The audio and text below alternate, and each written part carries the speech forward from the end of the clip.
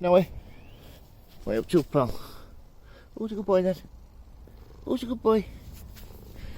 I know. Yeah. You want to help me in garden then? Come on then. Come on. Come on then. Well, today, ladies and gentlemen, welcome back. I'm going to be showing you how I deadhead my lupins. This one's been grown from seed a few years ago. When it's flowering, it's absolutely gorgeous.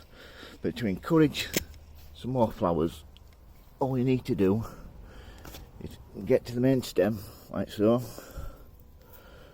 Big snip, cut off. As you can see, you want to stop it making seeds, unless you want the seeds to grow yourself. Once you've done that, you get these side shoots coming off, as you can see there, and there. As you can see, slugs and snails absolutely love them, so you really need them treated. I haven't done mine yet. I'm trying to go organic, but it's not going very well.